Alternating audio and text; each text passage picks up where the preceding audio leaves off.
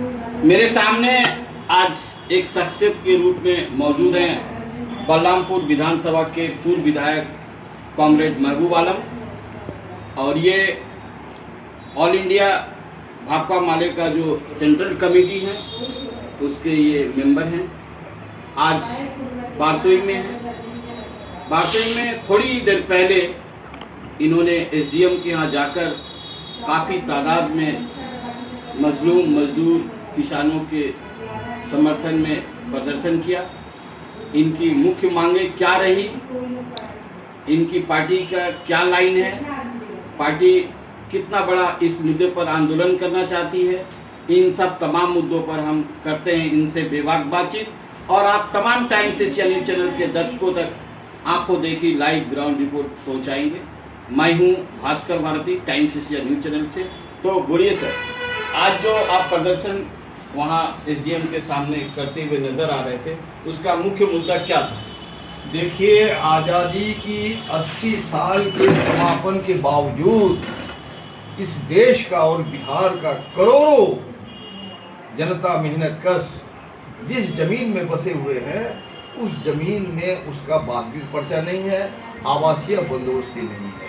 अगर आवासीय बंदोबस्ती बासगीर पर्चा नहीं होगा तो आने वाले दिन में इनको जो कल्याणकारी लाभ मिलता है, चाहे इंदिरा आवास हो, चाहे आयुष्मान कार्ड हो, चाहे कल्याणकारी योजना हो, चाहे राशन कार्ड हो, इन चाहे भूटान लिस्ट हो, तमाम से लाभ इसके कट जाएंगे और इन्हें घुसपैठिया और रोहिंग्या का नाम देकर के इनके खिलाफ एक प्रताड़ित जो केंद्रीय सरकार का देखते हैं ये अभियान चलेगा। इसलिए हम चाहते हैं कि शहरी भूमिहीन को भी बासगीर पर्चा मिले, गाँव के गरीबों को तो मिले ही।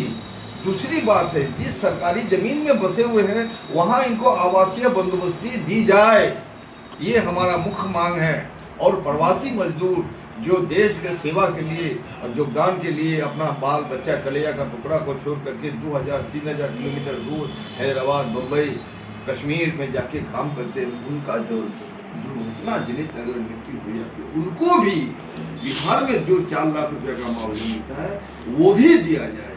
इन्हीं मुद्दों को लेकर के जमीन के म्यूटेशन में जो लूट हो रही है, लूट बंद हो, निश्चित समय के अंदर इसको म्यूटेशन प्रक्रिया को सरल करके लोगों को म्यूटेशन कर दिया जाए ताकि अपना जमीन का हिस्सा उसको मिले।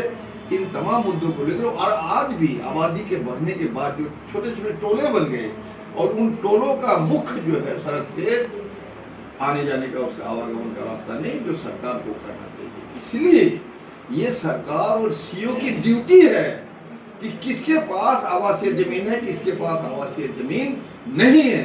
ये ड्यूटी सरकार की है और अब तक वो पर्चा मुहैया कर देना चाहिए था। इन्हीं मुद्दों को लेकर हम लोगों ने जोरदार से आवाज उठाई और सकारात्मक बहस हुई, बातचीत हुई। उन्होंने आश्वासन दिया कि आवेदन मिलेगा सर तो हम लोग करेंगे।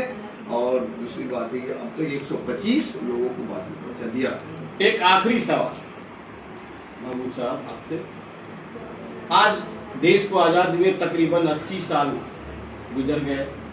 80 साल में मैं देख रहा हूँ तकरीबन देश की जो कम्युनिस्ट पार्टियां हैं, वामफ्रंट की जो पार्टियां हैं, उनमें भाकपा माले भी है, लगातार निरंतर संघर्ष करती हुई आ रही है। लंबे समय से संघर्ष हो रहा है। कहाँ तक पहुँचे आप लोग इस आंदोलन? हम लोग बहुत कामयाब है। आप संसदीय संघर्ष के नजरिए से देख रहे हैं, इसलिए आपको लगता है कि कम्युनिस्ट पार्टी का प्रभाव कर दिया या कोई कम्युनिस्ट पार्टी का असर नहीं है या महबूब आलम हार गया, ऐसी बात नहीं है। अभी भी जो साम्राज्यवादी ताकतें और पूंजीवाद की जो ताकत है, आप देखते हैं कि अंबानी अडानी का मुश्किल से 30 साल की कंपनी नहीं है और हिंदुस्तान और दुनिया की एक बड़ी कंपनी के रूप में साबित होने जा रही है।